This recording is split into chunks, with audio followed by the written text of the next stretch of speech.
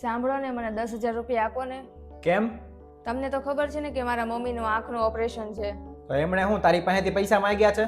ના ના, માંગ્યા નથી, પણ હું એમ વિચારું છું કે એને હું આપી દઉં, કદાચ જરૂરત હોય તો.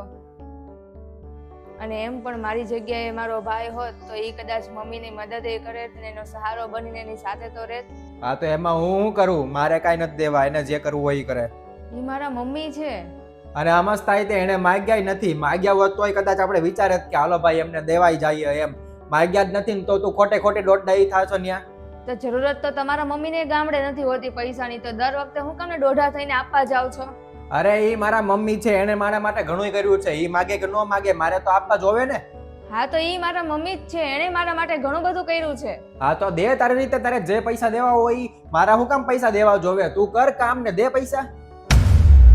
સવારનો 9 વાગ્યાનો જાઉં છું ઓફિસે, સાંજે 7 વાગે આવું છું, ત્યારે મને મહિને પગાર મળે છે. તું શું કરે છો? તું કર ને. કેમ બોલતી બંધ થઈ ગઈ? બોલ હવે, શું કરે છો તું એવું તો? હા, કાંઈ નથી કરતી અને નથી જોતા તમારા પૈસા. હા, તો દેવાય નથી. સાચું બોલે ને એટલે બધાયને ખોટું લાગે. મનીષા, ઓફિસે જાઉં છું, ટિફિન લાવો. મેં નથી બનાવ્યું ટિફિન.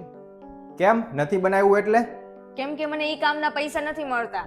અરે તું હું અત્યારે સુધી હજી સવારની વાત લઈને બેઠી છો. શું કરું, અમુક વાત જ એવી હોય કે જે મગજમાંથી કાઢી હોય ને તોય ન નીકળે. હવે તું તારું બધું બકવાસ બંધ કર અને ટિફિન લાવી જલ્દી હાલ. બેરા થઈ ગયા છો, નથી સમજાતું કે નથી બનાવ્યું ટિફિન એમ? તને વાત કરવાની કઈ ખબર પડે છે કે નહીં? આવી રીતે વાત કરવાની છે. તારો પતિ છું, હરખી રીતના વાત કરતા શીખ. પતિ, તમે તો માણસ કહેવાને લાયક નથી.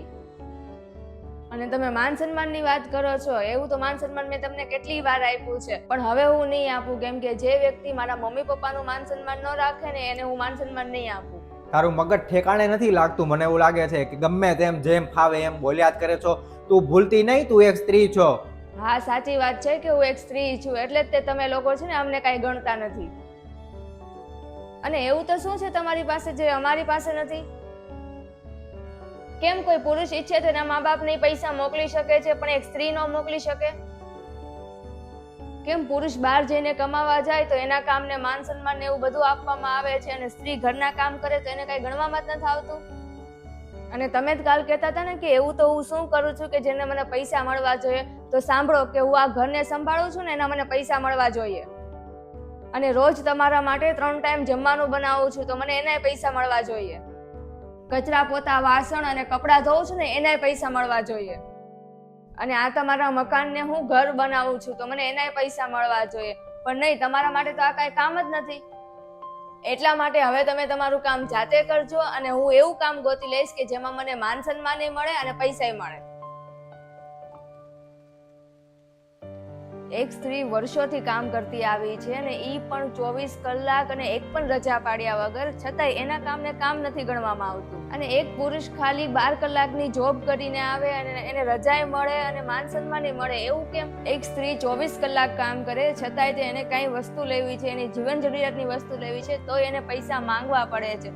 અને પુરુષ 8 કલાકની જોબમાં એને પૈસા મળે છે તો એને જે કરવું એ કરી શકે છે. એટલે હું એવું નથી કહેતી કે સ્ત્રીને એના ઘરકામના પૈસા મળવા જોઈએ, પણ આપણે એટલું તો કરી શકીએ ને કે એને માન સન્માન એનું જળવાઈ રહે અને એ પોતાની મરજીથી પૈસા વાપરી શકે, એટલું તો આપણે એને કરી શકીએ ને. બાકી તમને વિડીયો ગમ્યો હોય તો લાઈક કરજો, શેર કરજો અને કમેન્ટ કરી દેજો.